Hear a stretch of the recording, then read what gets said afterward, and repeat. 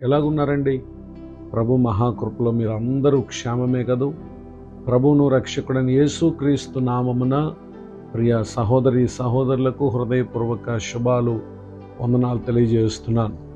నేటి దిన వాక్య ధ్యానం కొరకు ప్రొవర్బ్స్ చాప్టర్ 13 వర్స్ 11, సామెతల గ్రంథం 13వ అధ్యాయము 11వ వచనంలో రాయబడిన వాక్యాన్ని చదువుకుందాం.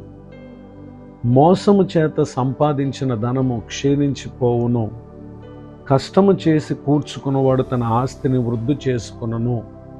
వాక్య ధ్యానం కొరకే ప్రార్థన. ప్రేమగల మా తండ్రి, మీ వందనాలు. నేడు చదవబడిన ఈ వాక్య భాగం ద్వారా మాతో మాట్లాడి మమ్మలను బలపరచండి. యేసుక్రీస్తు నామములో ప్రార్థిస్తున్నాను తండ్రి, ఆమేన్. చదవబడిన ఈ వాక్య భాగంలో మన ప్రభువైన యేసుక్రీస్తు వారు ఎవరైతే కష్టపడి సంపాదిస్తారో వారు తమ ఆస్తిని వృద్ధి చేసుకున్నట్లుగా దేవుడు దీవిస్తాడు. భూమి మీద అనేక మంది వారు సంపాదించేటటువంటి పద్ధతులు రెండు రకాలుగా ఉన్నాయి. ఒకటి మోసం చేసి సంపాదించటం, రెండవదిగా కష్టం చేసి సంపాదించటం. ఈ మాటలు వింటున్నటువంటి నా ప్రియులకు మీరు సంపాదించేటటువంటి విధానం ఏ విధంగా ఉంది? పరిశుద్ధ గ్రంథంలో ఒక వ్యక్తిని మనం చూస్తే book of Joshua chapter 8 verse 24, యెహోషువ గ్రంథం 8వ అధ్యాయము 24వ వచనంలో రాయబడినటువంటి వాక్యాన్ని మనం చదివినట్లయితే, తరువాత యెహోషువయు ఇశ్రాయేలు అందరూ జరహు కుమారుడైన ఆకానును, ఆ వెండిని, ఆ పై వస్త్రమును, ఆ బంగారు కమ్మిని, ఆకాను కుమారులను కుమార్తెలను, ఎద్దులను, గాడిదలను, మందను, డేరాను, వానికి కలిగిన సమస్తమును పట్టుకునే ఆకోరు లోయలకు తీసుకుని వచ్చితిరి. వర్స్ 25, 25వ వచనంలో, అప్పుడు యెహోషువ, నీవేళ మమ్మను బాధపరిచితివి, నేడు యెహోవా నిన్ను బాధపరుచుననగా ఇశ్రాయేలు అందరూ వానిని రాళ్లతో చావగొట్టిరి. చదవబడినటువంటి వాక్య భాగాన్ని మనం పరిశీలన చేస్తే, యెహోషువ ద్వారా దేవుడు యెరికో పట్టణానికి కొందరిని వేగు చూచుటకు పంపించారు. వెళ్ళేటప్పుడు ప్రభు వారితో యెహోషువ ద్వారా చెప్పింది ఏంటంటే, యెరికోను నేను శపించి ఉన్నాను గనుక అందులో దేనిని మీరు ముట్టుకోవద్దు, వెండి బంగారము అనునవి యెహోవా ధనాగారంలో ఉంచండి అని చెప్పి ప్రభువారు వారికి తెలియపరిచారు.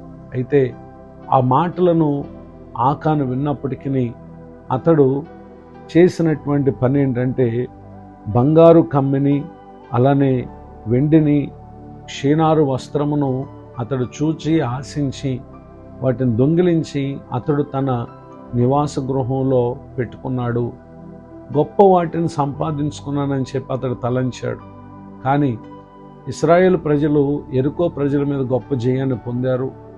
ఆ తర్వాత హాయి అనే పురం మీదకు వారు వెళ్ళినప్పుడు ఇశ్రాయేలీల్లో 36 మంది చనిపోయారు. ఈ విషయమై యెహోషువ ప్రభు సన్నిధిలో ప్రార్థన చేయగా ప్రభువారు అన్నారు, ఇశ్రాయేలు నా దృష్టికి పాపం చేశారు. ఎవరు పాపం చేశారో వారిని వెతకగా ఆకాను పట్టబడ్డాడు. పట్టబడే వరకు తన పాపాన్ని అతడు ఒప్పుకోలేదు.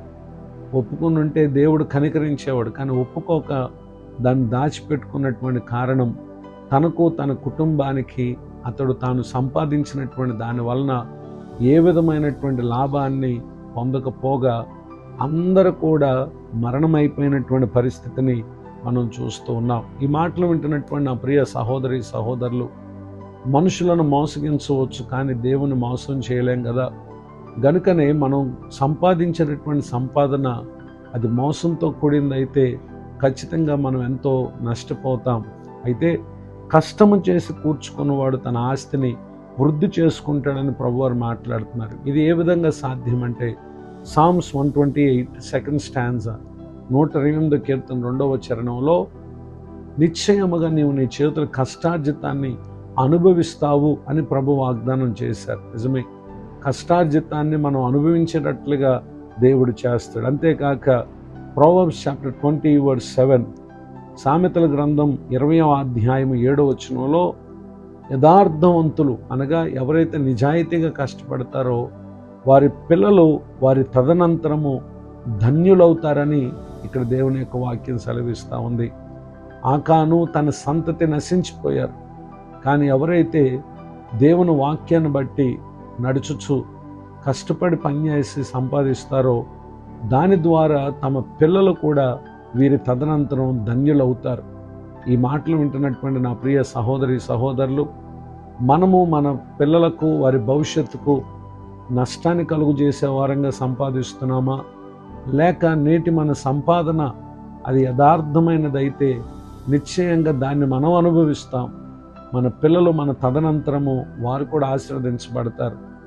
ఇట్టి విషయాల పట్ల దేవుని వాక్యాన్ని బట్టి జ్ఞానం కలిగి ప్రవర్తించి మోసం చేత కాక కష్టం చేత కూర్చుకుని దానివలన కలుగు ఆశీర్వాదాన్ని నా ప్రియులకు మీరు అందరూ పొందుదురుగాక. ఆమేన్. ప్రార్థన. కృపగల మా తండ్రి, మీ కొందనాలు. నేడు విన్న ఈ మాటల ద్వారా మీరు మమ్మల్ని బలపరిచినందుకు స్తోత్రం. మోసం చేసి సంపాదించుట కాక కష్టము చేత కూర్చుకునేటటువంటి మనసును మాకు దయచేయండి. దైవజనులను, వారి కుటుంబాన్ని, సేవా పరిచయం దీవించండి. నూతన సంవత్సర దయాకిరీటాన్ని పొందిన ప్రియులను దీవించండి. ప్రతి ఒక్కరూ ఏ ఏ ప్రయత్నాలు చేస్తున్నారో వాటిని మీ చిత్తం చొప్పున సఫలపరిచి ప్రతి కుటుంబానికి మేలు కలుగు చేయమని యేసుక్రీస్తు నామములో ప్రార్థిస్తున్నాను తండ్రి. ఆమేన్. తండ్రి, కుమార, పరిశుద్ధాత్మ దేవుడు తోడు నడిపించును గాక. ఆమేన్. నేడు విన్న ఈ మాటలు మీకు ఆశీర్వాదకరంగా ఉంటే మీరు పొంది మేలు మాతో పంచుకునండి. మీ ప్రార్థన అవసరాలు తెలియపరచుటకు నా cell number 9959141897. God bless you. Have a blessed day. ఇట్లు మీ సహోదరుడు పాస్టర్ విలియం బూత్.